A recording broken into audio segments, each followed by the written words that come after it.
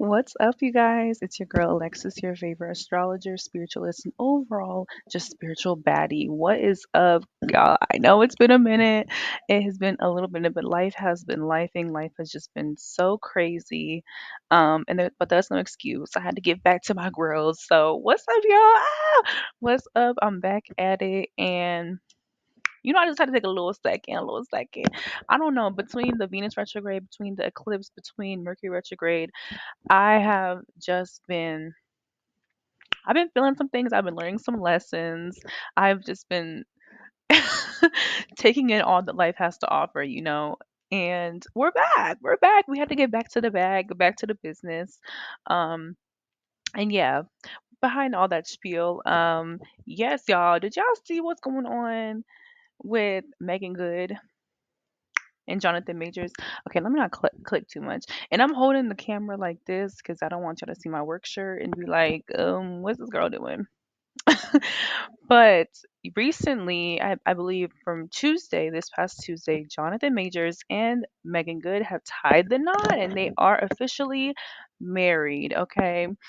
And this came as a shock because we are in the midst of Venus retrograde. We're in the midst of a lot of transitions as it pertains to relationship dynamics, what we truly value, when it comes to monetary, when it comes to our friendships, when it comes to the people who we associate with and what we desire out of relationship, what we desire out of ourselves. How do we want somebody to show up in the relationship that we have with them, and how do we want to show up for ourselves, right? This is Venus retrograde in Aries, right? Aries is the first sign of the zodiac. Look, it's oftentimes thought of as the baby of the zodiac. Since it's the first one, it can come off as just very childish, very, stubborn, know-it-all, very highly impulsive, very fiery, right? But very loving and very kind. So it's all about, this energy of returning to self, returning back to our heart space, returning back to our passions, what really drives us, what gives us that oomph, right? That Mars energy, that Martian energy. And how can we infiltrate this lessons about love, loving ourselves, about being headstrong, being the leader, and how does that translate to our relationships moving forward? Okay. And oh my gosh, you guys, I just realized something. Oh my god, that's crazy. I just realized, y'all. Okay, we're gonna get into it. But this came as a surprise because, Jonathan Majors has been going through a lot in the tabloids. He recently had he got charged guilty with two assault counts on his ex-girlfriend. We seen him chasing her throughout the street like, bitch, come here. And she was like, ah, okay, let me stop. It's not funny, but y'all know, it was a whole situation. It was a whole thing. And then they got together and, she's been helping facilitate a lot of the scrubbing of his image. Especially just the optics of it, them being this, black couple in Hollywood, showing up as a united front, and his last partner was a white woman.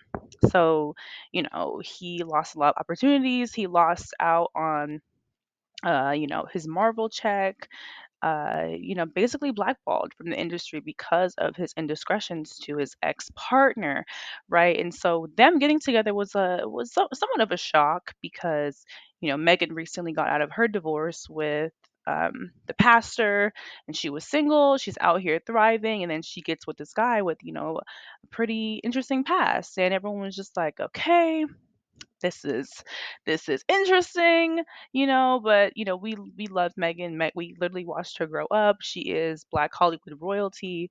Um, so this came as a shock. Even them getting together was somewhat of a shock, because his energy kind of gives like underdog, kind of underdog rebel, and she is just like this beautiful Leo princess, right? And we're going to look at their synastry a little bit to see, what does their compatibility look like together, and what would this make of their relationship, because they got married under the Venus retrograde, right? And that's not to say that you can't get into a new relationship, see new people, meet new things, start a new job. But when it's in retrograde, there could be some level of instability, right? Because it's about going back, it's about reflecting, it's about reassessing. It's all the re's, right? So when we're in this really reflective, we're really in this introspective time where things energetically things are just kind of unstable right now, right? Because everything is just trying to find a balance, trying to find a way to fall.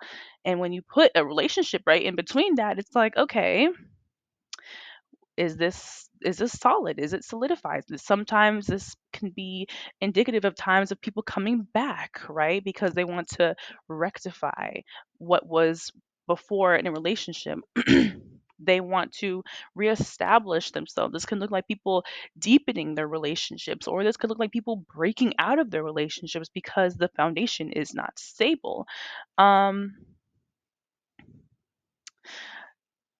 Child. Child, okay. I don't listen. I'm not the spokesperson for people getting married, getting together, especially when it pertains to celebrities. I just love pop culture, and this is a trending topic, so I just want to see it because I'm like, let me see, like, let's look at it. So let's just jump right in. Okay, so he is a Virgo sun with his Mars conjoining his sun, and what's so interesting about that is, you know when somebody has their Mars conjoined to something like their Sun, right? Anger and ego. This can be someone that's very hot tempered, could deal with a lot of control issues, anger issues, very, very motivated person, but if not channeled correctly, their anger could, spiral into, unfortunately, acts of violence, right? And the fact that he literally got charged with assault is just, it's interesting. And that's not to say if you have this, you're just like gonna be this angry, uh violent person, but there could be this energy that needs to really be channeled um in a healthy way, right? um and he has this Mercury in Libra, he has a Venus in Libra conjoined to his his Lilith. Okay. He has this Pluto in Scorpio, he has a moon in Sag, and he has his North Node in Aquarius. So interesting. So interesting. And he has, oh, wait, no, he has, wait, girl, get it together. Yes, he has his North Node in Aquarius. Interesting, interesting. And I think what's so interesting about his South Node North Node conjunction, right, or configuration, is that Aquarius is about the group, it's about the people, it's about, the collective, it's about organizations, right? So this very public energy. It's about, spreading knowledge to the crowd, spreading knowledge to the audience. It's the star card, right? You're spreading your ideas, spreading your hopes, spreading your wishes to those who will intake your information. But with the Leo South Node, this could even look like him having a past life of, being the star, being in front of the camera, being very known in that sense, because Leo is, Leo is a star, right? Leo is the supermodel, Leo is the superstar, Leo is the it girl, the it guy, right? But with the North Node in Aquarius, it's more of like this energy is curtailed towards him being somebody that is within the scene, someone that's behind the camera, someone that's in the crowd, right? And that's not to say that Aquarius people can't stand out, because they stand out by their individuality, by their eccentricity, right? But it's also about, how can I provide for the crowd? How can I how can I grow with the crowd? How can I grow my audience? How can they listen to me? And Leo is more like, Leo, look at me, I'm pretty. Like, Leo is about the theatrics. It's about being the showman. It's about being an entertainer. And Aquarius is more like being a philosopher, right? Like, they both want to engage with the audience of some sort, but they do it in a different way. Um, Put a note on that. Put a note on that. Put a note on that. Okay. So then we have Megan. She is a Leo sun conjoined to her Mercury, but her sun is pretty close to his South Node in Leo. Okay. That's why I was like, oh. Whew. And she got her north node in Leo. So they have opposite north nodes and south nodes. So there could be some influence of just like a fated event, a fated union of some sort. Like they could have been together in a past life. They could have gone through this similar dynamic previously in their lifetimes. But now they are, you know, supposed to, rule out some sort of fated union, some sort of fated connection and get past that and work through that, feeling very familiar, getting them two together, they could feel just very at home, like they've done this before, that you remind me of someone I knew in childhood, like that kind of energy, very soulmate, very fated energy. But, the nodes are very karmic. So in one way, it's like one individual is bringing the other to their spiritual destiny of some sort. But with the South Node there, it's almost like you have to release something to gain another thing. So will they stay together forever? I'm not sure.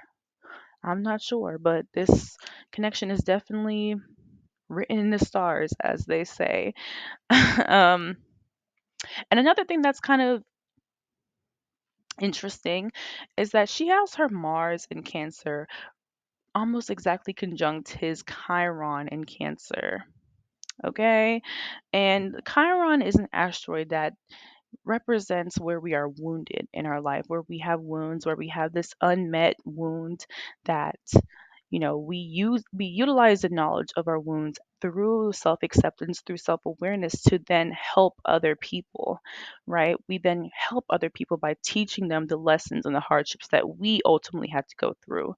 Um, but that's so interesting. Like it's in Cancer, right? Cancer is the luminary. Cancer rules over, our emotions, it rules over our mother, rules over our womb. Um, so this could even look like him having very wounded relationships with women, right? Cancer is a very feminine energy. It's the luminary, right? And with her Mars there, this could go out in different ways. This could look like her really utilizing her energy to help him work through those wounds, to help him work through that trauma, to help him really acknowledge, these deep these deep-seated wounds that he has. This could even be caused by the mother or just feminine archetypes in his family. But there's wounding there. But with Mars there, there's a little bit of agitation, right? She could be someone that knows what to say and what not to say. This could also be someone that could also inflict that pain on him, right? Child. Um, that's one thing I saw. I was like, ooh, better, you better lay your hand off my sis. That's all I'm gonna say. But one thing that I did see that was really cute, he's a Virgo sun and she has her Venus in Virgo. Um, that's just already a really, really good synastry aspect, really good for just instant chemistry, sexual chemistry. The sun is his ego, it's his vitality. So she really likes who he is as a person. I think they have a lot of aligned values when it comes to like health and fitness, when it comes to just like everyday routine, like them working out together. But I feel like she can also be somebody that really utilizes, that nurturing aspect with that Mars and Cancer, like that driving energy, that driving moving force. It's 222 to really help him work through that trauma that he has with women, right? And even being someone that can help him channel that anger with that Venus closely conjoined to his Mars, right? I mean, Venus conjoined Venus conjoined Mars, anything like I know they'd be hunching down. I know they'd be hunching down, right? But it's also like there's this sexual chemistry, but then there's this deep emotional bond that she feels with him. I mean, she's a Scorpio moon. Like when Scorpio moons lay that foundation down, they're like, girl, I'm not getting off till the wheels fall off. Like, you know? And he's touched her there. He's touched her deep in that Scorpio moon. I mean, she has sun square moon, you know, it gets really hard to really crack into that deeper layer that she has, that she's built up this shell for herself, but he's there, he's really there. They love each other. And I think even just being his rock, like she finds like motivation to be there with that Cancer Mars. Like she finds motivation to just be this domineering figure in his life. Like, no, I'm gonna be in your corner. I'm gonna fight for you. Like Cancer Mars are gonna fight for their family. They're gonna fight for what they love. They're gonna fight for, rules over Cancer Mars, they can also just be very like nationalistic, like fight for their country, like fight for, you know, what they truly love. Like go head to toe to toe with the Cancer Mars. They're not gonna just roll over and back down. They're gonna fight. They're gonna use every little last bit of their emotions, their emotional centers, emotional space to fight for what they truly love and their desire. Even if that causes them pain, even if that, leaves them feeling a little bit burnt out. um One thing I saw, so she has her Saturn in Libra closely conjoined to that Mercury. And now she has Saturn conjoined to Jupiter. Jupiter expands everything it touches. So she can just be oh wow. Wow. She got that Saturn in Libra that's exalted in Libra. She has this exalted like exalted Saturn placement, literally fighting on behalf of his freedom, literally fighting on behalf of him, and the words used against him in court. Wow, and she was gonna like and that Jupiter energy is like, I'm doubling down. I'm fighting for my man. I'm fighting for my man. But that Saturn influence on that Mercury, he might feel like there could be some like resistance and there could be some, you know, restructuring needed. What am I trying to say? Saturn rules over karma, it rules over restrictions. There could be, even a sense where she could kind of dominate over him, right? There's this energy of like he gives her purpose, but it can almost come off as too much, if you know what I'm saying. And they have some squares. They have squares. I mean, her Saturn is squaring his Saturn. They have squaring Saturns. That could give a lot of uh a lot of arguments in terms of just like how they go about expanding their own structure.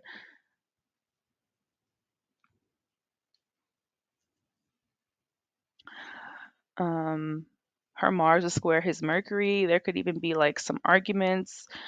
Um, yeah, ciao. And granted, every relationship is not perfect. Every relationship is going to encounter some sort of strife. But I'm like, is it worth it? I don't know. I'm not Megan. I can't decide this for her. But there's definitely some karmic energy that needs to be worked out with this connection. Child, they might have a kid. And it's so crazy because we just had that eclipse in Virgo and it's on his son. So his identity, like him, you know, coming out and showcasing this new identity as a husband, right? And it came as a sudden change, a sudden shock. Um, and I wish I had their exact times of birth so I could really see a little bit more detailed energy. Yeah. I mean, he has Chiron square her Saturn. They have a square Jupiter's. They might just have two different philosophies in the way of life. And while squares can give us, room to grow, it offers us chances to change our own perspective and to grow into a new way of understanding, a newfound way of understanding your partner, right? But will it withstand the test of time? I mean, even the fact that they got married during a retrograde, right, when we're supposed to be reflecting and, really assessing what do I want out of my life? What do I want of a partnership? What do I want out of my friends? How am I, like, what kind of people am I attracting? Like, these are the questions that we need to be asking ourselves during Venus retrograde. How are the people that I'm dealing with improving my life, adding to my life? And what about this person is making me, you know, making certain attachments come out of me, right? And the fact that all this is coming out, and then, TMZ just released some snippet of him discussing the fight. I'm just like, oh my gosh, this is a lot. This is a lot. This is a lot. But hey, if she like it, I love it. You know what I'm saying? If she like it, I love it. Wait a second.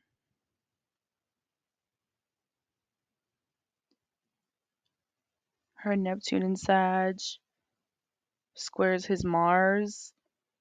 Mm, don't love that. Don't love that. But yeah, y'all, this is really what I see. Please let me know in the comments below if you see any additional things that I may have skipped or overlooked, or where you would want me to clarify for you. But yeah, I just wanted to do like a little quick drive by on them and just see what's going on, because I was like, girl, what is going on? But I mean, congratulations to them. I'm not here to rain on anybody's parade. If she is happy and in love and all the things, and perfect, great. These are just some things that I see, and in conjunction with what's been going on in the news, just be cautious. There's nothing wrong with going slow with somebody. There's nothing wrong with a little slow burn. There's nothing wrong with seeing somebody for their entirety, not just seeing one aspect of them or seeing two aspects of them, but just seeing the person for who they are and accepting them. And I feel like she's accepted him, but she has to accept for all that comes with him. And is it going to be worth it in terms of her career, in terms of her public perception? She's a Leo after all. She's like, wait, girl, is this making me look bad? Hold on. You know? Uh, yeah, you guys, this is what I see. Again, if you guys have any other comments, questions, concerns, please feel free to leave them all down in the description. And if you want your own personal reading by me, make sure that you look at my link down below and look at my Calendly. But yeah, you guys, this is what I see. What y'all think about this? What y'all think about this? Okay. But yeah, you guys, this is it from me. I hope you have a great rest of your day, great rest of your week whenever you see this, and I'll see you all next time. Bye.